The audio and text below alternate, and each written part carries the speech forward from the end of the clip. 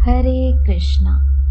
कार्तिक माह के शुक्ल पक्ष में आने वाली एकादशी को देवउठनी एकादशी कहा जाता है।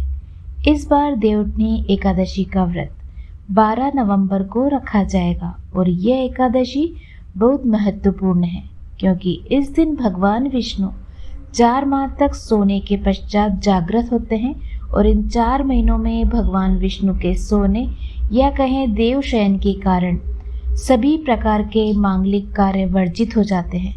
भगवान विष्णु के पुनः जागने के बाद ही सभी मांगलिक कार्य संपन्न हो पाते हैं। देव जागरण या उत्थान के कारण इसको देव उत्थान एकादशी भी कहते हैं। इस दिन उपवास रखने तथा कथा सुनने का विशेष महत्व है। तो चलिए आज हम आपको बताएंगे देवउठनी एकादशी का व्रत कब रखा जाएगा, पूजा का शुभ मुहूर्त क्या रहेगा और पारण किस समय किया जाएगा। बस आपसे एक छोटी सी विनती है कि अगर आप इस चैनल से नए जुड़े हैं और ये जानकारी व आज की कहानी आपको पसंद आए तो प्लीज़ लाइक व शेयर अवश्य कीजिएगा एंड कमेंट्स बॉक्स में जय ऋषि विष्णु अवश्य लिखिएगा। कार्तिक माह की एकादशी 11 नवंबर को शाम 6:46 से लेकर 12 नवंबर को शाम 4:04 तक रहेगी। ऐसे में 12 नवंबर को उदय तिथि में होने के कारण देवउठनी एकादशी का व्रत इसी दिन रखा जाएगा। वहीं इसका पारण 13 नवंबर को सुबह 6:42 से 8:51 के बीच किया जाएगा। देवउठनी एकादशी के दिन पूजन करने के लिए आप प्रातः सूर्योदय से पूर्व उठकर स्नान आदि कर लें। इसके बाद गन्ने का मंडप बनाते हैं और बीच में एक चौक बनाते हैं। चौक के मध्य में भगवान विष्णु का चित्र या मूर्ति आपके पास जो भी हो उसे रखें। इसके बाद ही चौक से भगवान के चरण चिन्ह बनाएं जो ढककर रखने चाहिए। भगवान को गन्ना, सिंघाड़ा और पीले फल मिठाई अर्पित किए जाते हैं। इसके साथ ही भगवान को पीली मिठाई चढ़ाएं। इसके बाद घी का दीपक प्रज्वलित करें। इसे रात भर जलने दें और यहीं पर बैठकर विष्णु पुराण अथवा व्रत कथा सुने। अब आप सुनिए देवउठनी एकादशी व्रत के दिन सुने जाने वाली एक कहानी। धर्म ग्रंथों में इस कहानी के बारे में बताया गया है। एक राज्य में एकादशी के दिन प्रजा से लेकर पशु तक कोई भी अन्न नहीं ग्रहण करता था। एक दिन भगवान विष्णु ने राजा की परीक्षा लेने की सोची और सुंदरी वेश बनाकर सड़क किनारे बैठ गए। राजा की भेंट जब सुंदरी से हुई तो उन्होंने उसके यहाँ बैठने का कारण पूछा।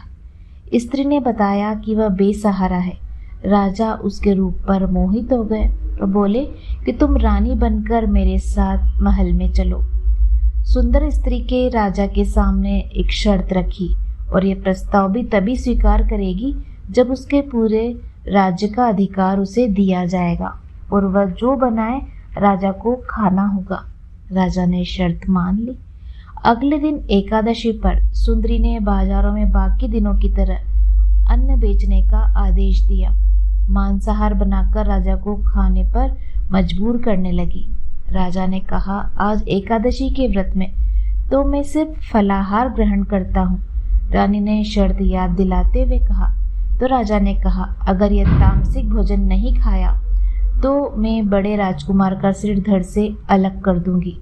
राजा ने अपनी स्थिति बड़ी रानी को बताई और बड़ी महारानी ने राजा से धर्म का पालन करने की बात कही और अपने बेटे का सिर काट देने को मंजूर हो गई।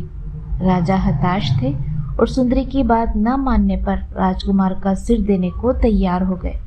सुंदरी के रूप में श्रीहरि राजा के धर्म के प्रति समर्पण को देखकर अति प्रसन्न हुए और उन्होंने असली रूप में आकर राजा को दर्शन दिए।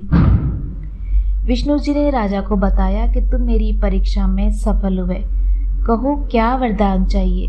राजा ने इस जीवन के लिए प्रभु का धन्यवाद किया और कहा, अब मेरा उद्धार कीजिए। राजा की प्रार्थना श्रीहरि ने स्वीकार की और मृत्यु के बाद वह वैकुंठ लोक को चला गया। उम्मीद करती हूँ आपको आज की कहानी व जानकारी अवश्य पसंद आएगी। मिलते हैं आपसे अगले वीडियो में।